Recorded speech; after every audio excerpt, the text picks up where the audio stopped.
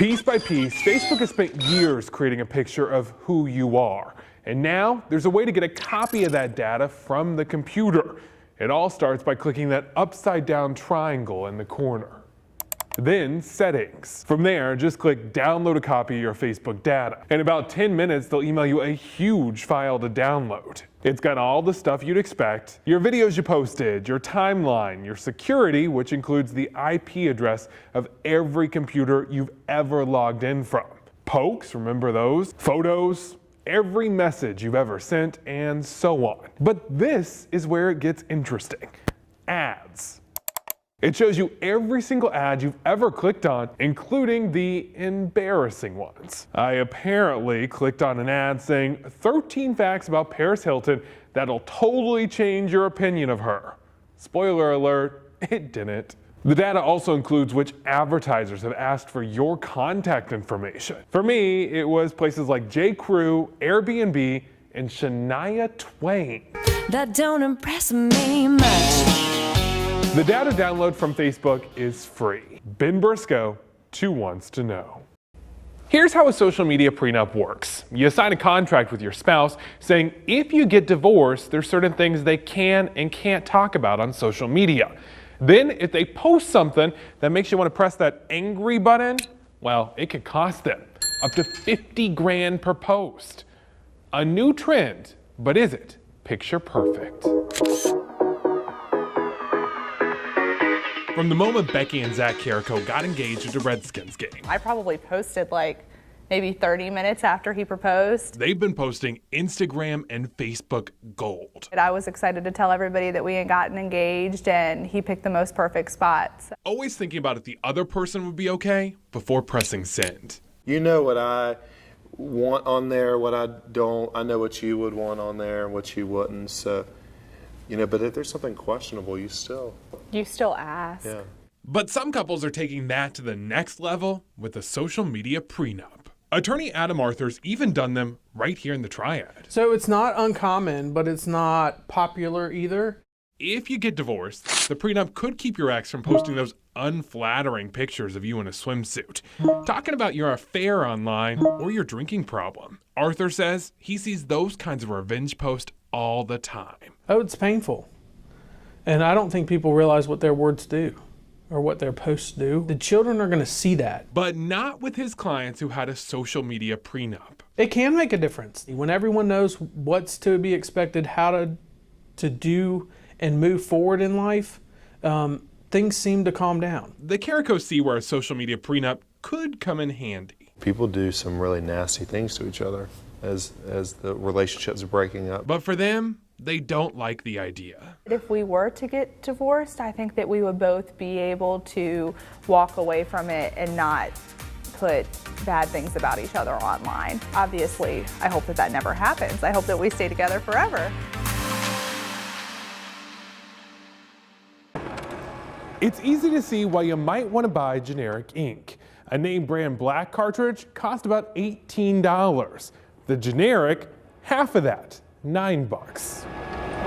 But some Epson printer users have posted online that after firmware update, cartridges not recognized. The generic versions stopped working, writing, "This is despicable. Their business practices are predatory and should be illegal." And this YouTube video shows you the problem. Watch what happens as soon as the update is complete. Printers affected by this will suddenly receive notices that one or more ink cartridges are unrecognized, incompatible, or non-genuine. It's not just Epson. The blog Extreme Tech says HP inkjet printers have also issued a stealth firmware update to block third-party ink cartridges in the past. So you might be thinking, just skip the updates. That works if you have an older printer. But newer ones that print wirelessly need the security upgrades. Otherwise, tech experts say hackers could use that vulnerable printer to get access to your whole home system, including your computer, even your phone, meaning they can learn a lot about you to steal your money and identity. First name, last name, zip code, date of birth. Now I have a pretty good data set that I can either use directly for crime or I can sell it. Costing you a whole lot more in the long run than that expensive printer ink. The deadline to install positive train controls has already been pushed back once. It was originally 2015, and since then, the crashes keep happening.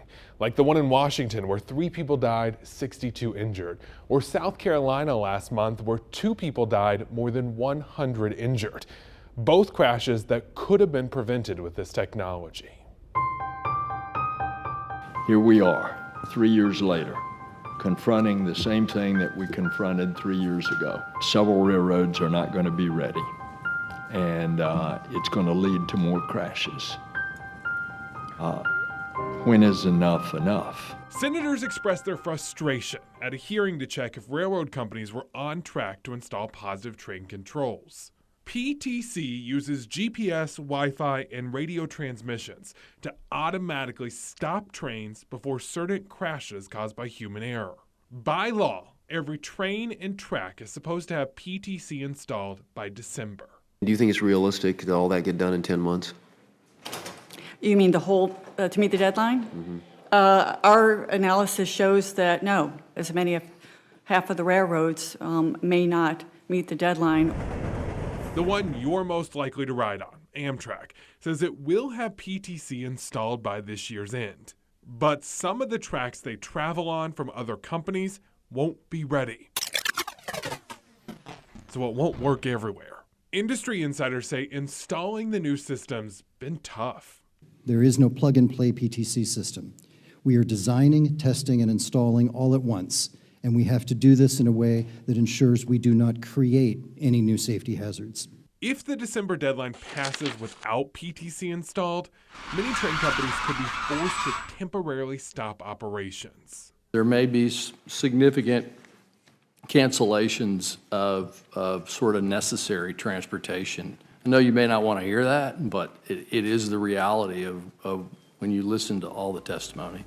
So for now, the companies say they'll keep chugging along, trying to get the safety upgrades installed as fast as possible. Ben Briscoe, 2 Wants to Know.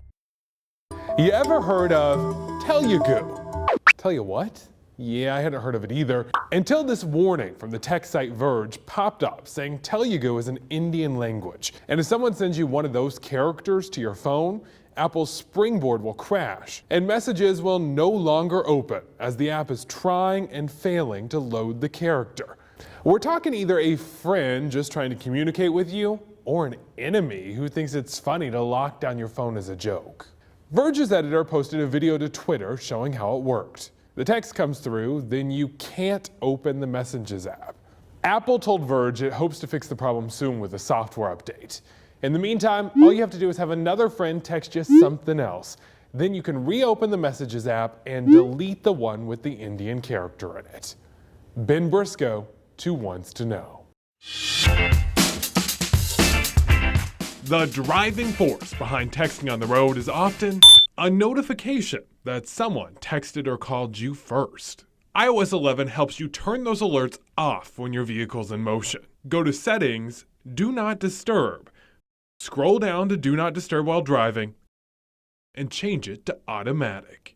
But does it work? 2 Wants to Know's Hope Ford and I hopped in the car to find out. We're going like what, 10 miles an hour right now? So should we try it now already? Okay, I'm gonna try a call. It showed up. Maybe it takes a second for it to kick in too. I'm guessing. There it goes. There's something just showed up that says, what does it say? It says, do not disturb. You will not receive notifications while you are driving. So it just takes a second to kick in. Okay, so now I'm gonna try it again. Okay. Done a little bit faster. Oh, I got a voicemail. Really? It went straight to voicemail, yeah.